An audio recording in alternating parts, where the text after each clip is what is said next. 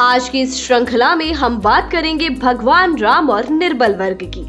जीवन जीने की उच्चतम मर्यादा के पथ प्रदर्शक भगवान श्री राम के जीवन पर यदि दृष्टिपात करें तो निश्चित ही हमें जीवन के कई आयाम दिखाई देंगे, परंतु इन सब में सामाजिक, पारिवारिक, आंतरिक और बाह्य सभी प्रकार की समरसता का आदर्श उदाहरण कहीं और दिखाई नहीं देता।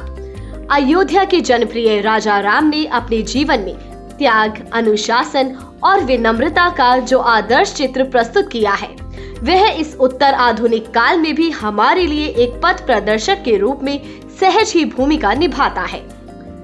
वन गमन के बाद एक वनवासी के रूप में राम का जीवन मानो सामंजस्यता और समरसता का पर्याय बनकर हमारे लिए अनुकरणीय हो गया है।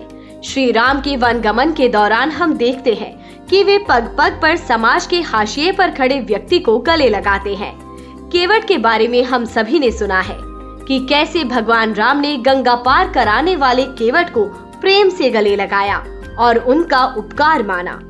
वर्तमान समाज में जिस केवट समाज को वंचित समुदाय की श्रेणी में रखा जाता है, वह समाज भगवान राम के अति प्रिय मित्र का समाज है। मित्रता बराबरी का ही प्रतीक है। साधारण से नाविक को एक राजा के पुत्र ने अपना मित्र बना लिया। कहीं कोई ऊंच नीच की भावना नहीं। आखिर जब राम के समय में यह ऊंच नीच नहीं, तो हमारे समाज में कैसे इस कुरीति ने जगह बना ली, यह सबको विचारना चाहिए।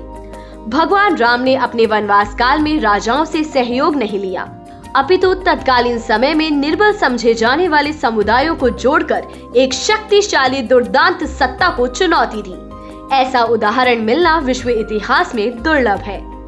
सामाजिक समरसता और अभेदता की शक्ति से ही राम ने आसुरी प्रवृत्ति और भेद दृष्टि वाली बुरी शक्तियों पर प्रहार कर समाज को अभय दान दिया।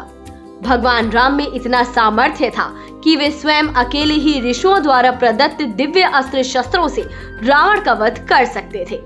चाहते तो अपने पिता के शक्तिशाली मित्रों से सहयोग ले सकते थे, किंतु उन्होंने समाज के बिखरे और कमजोर वर्ग को आसुरी शक्ति के विरुद्ध संगठित किया, उन्हें अनुशासन दिया, उनमें यह विश्वास जगाया कि वे निर्बल नहीं है, उनमें भी दुष्टों के दमन करने की शक्ति है। भगवान राम ने शबरी के झूठे बेर खाए, चित्रकूट में कोल भील को अपने परिवार के सदस्यों की तरह समझा, वानर जनजाति को अनुशासित किया, उनके साथ निवास किया। वनों में रहने वाली पिछड़ी और निर्बल जनजातियों को ही उन्होंने अपना बल समझा, उनके जीवन को अर्थ प्रदान किया, उन्हें उनका महत्व समझाया। सामाजिक समरसता का ऐसा उत्कृष्ट उदाहरण आज भी मैनेजमेंट के विद्यार्थियों के लिए शोध का विषय है।